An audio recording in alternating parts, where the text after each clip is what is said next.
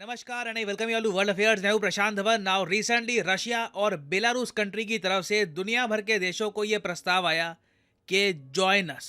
इन्होंने ये कहा कि बेलारूस और रशिया का जो यूनियन है, अगर आप इसको ज्वाइन करते हैं तो हम आपको न्यूक्लियर वेपन्स प्रोवाइड करेंगे, आपको सिक्योरिटी की चिंता होगी नहीं, क्योंकि न्यूक्लियर वेपन्स गारंटी करते हैं कि आप पर कोई अटैक नहीं करेगा।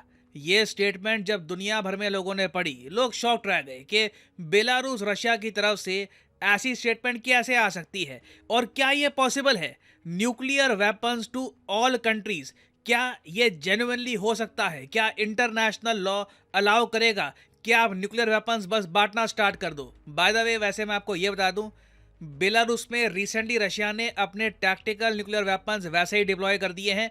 तो इस वीडियो में मैं आपको बताऊंगा कि रशिया और बेलारूस ऐसा क्यों कह रहे हैं, कई कंट्रीज ने क्या रिएक्शन दिया है इस ऑफर को कि जी हमें ज्वाइन कर लो, उसके बदले में हम आपको देंगे न्यूक्लियर वेपन्स। डिस्कस करते हैं इस टॉपिक को, बहुत कुछ आपको जानने को मिलेगा। मगर आगे बढ़ने से पहले आपसे पूछूंगा एक क्वेश्चन यहाँ पर ये है कि एक मिसाइल है, रिसेंटली बहुत ही ज़्यादा न्यूज़ में रहा है।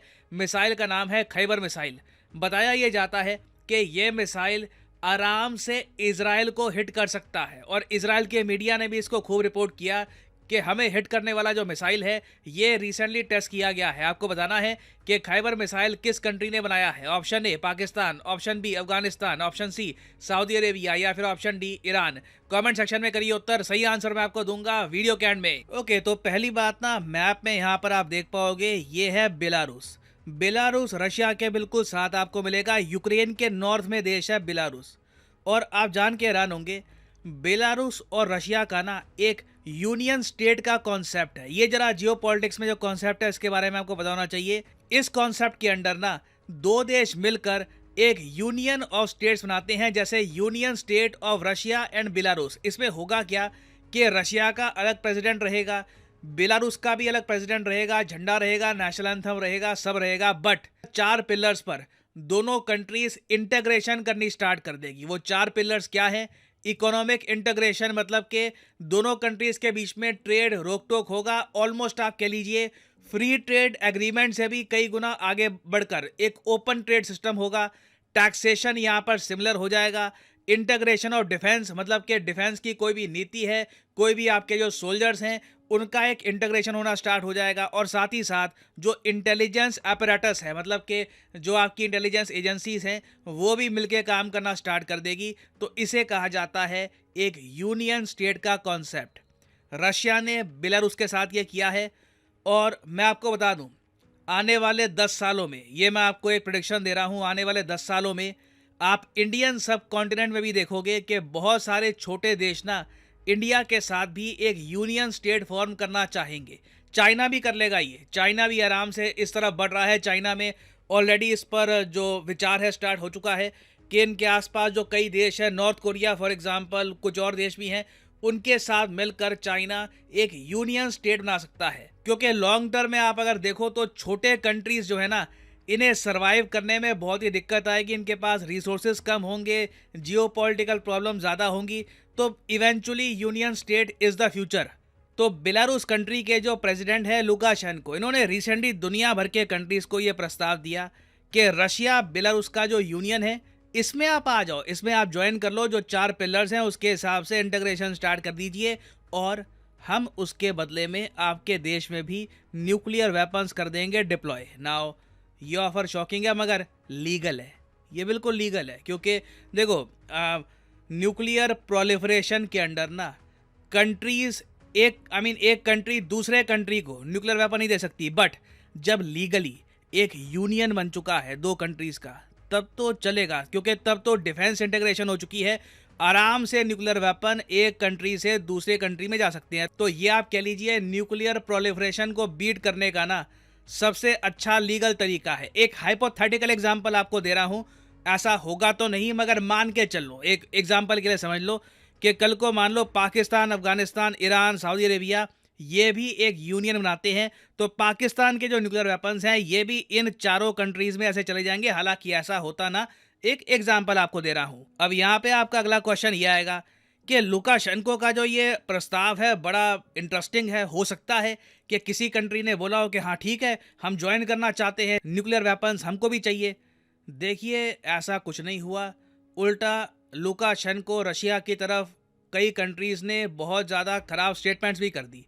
एग्जाम्पल के लिए कजाकिस्तान देखिए, लुकाशेंको रशिया दोनों का ना मेन ऑब्जेक्टिव ये है कि कजाकिस्तान भी इनके यूनियन में शामिल हो जाए, इससे एक लार्जर यूनियन बन जाएगा। मगर कजाकिस्तान के प्रेसिडेंट से जब पूछा गया कि आप यूनियन स्टेट ज्वाइन करना चाहते हैं बेलारूस और रशिया की, उसके बदले में आपको न्यूक्लियर वेपन मिल जाएंगे, तो देखिए इसके रिस्पांस में कजाकिस्तान के जो प्रेसिडेंट हैं तोकेव, इन्होंने एक ही जवाब दिया कि हमारा कोई भी प्लान नहीं है इनकी यूनियन स्टेट को ज्वाइन करने का।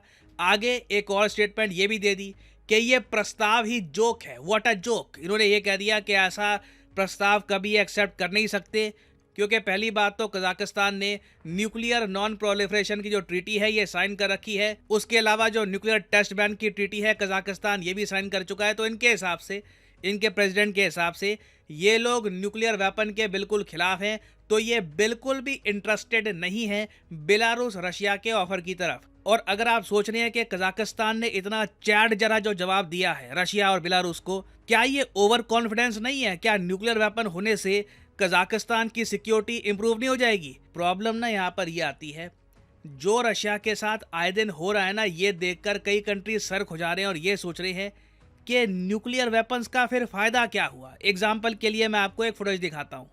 अब इस वीडियो में आप देखोगे रशिया का जो एयर डिफेंस सिस्टम है मॉस्को में, जी हाँ मॉस्को में, इनकी कैपिटल में, ये एक्टिव हो गया था। इसने इस तरीके से मिसाइल फायर करने स्टार्ट कर दिए थे।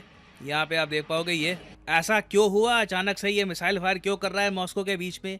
क्योंकि ड्रोन से लगातार मॉस्को पर हमला हो रहा था। और यहाँ पे आप देख पाओगे ये फोटोज, ये रशिया के कैपिटल की बिल्डिंग्स की है। लगातार ड्रोन्स ने अटैक किया और कई रशियन बिल्डिंग्स का इस तरीके से यहाँ पे डैमेज हुआ है। हालांकि डैमेज बहुत ही सीवियर नहीं है, मगर ये बड़ी बात है कि यूक्रेन आज के समय ये सब कर पा रहा है। यहाँ पे आप देख पाओगे कई जर्नलिस्ट ने कवर किया इसको कि Russia claimed Ukraine conducted A drone strike on the Russian capital of Moscow. Now जहां पर पुतिन बैठते हैं क्रेमलिन, उधर एक ड्रोन से अटैक किया।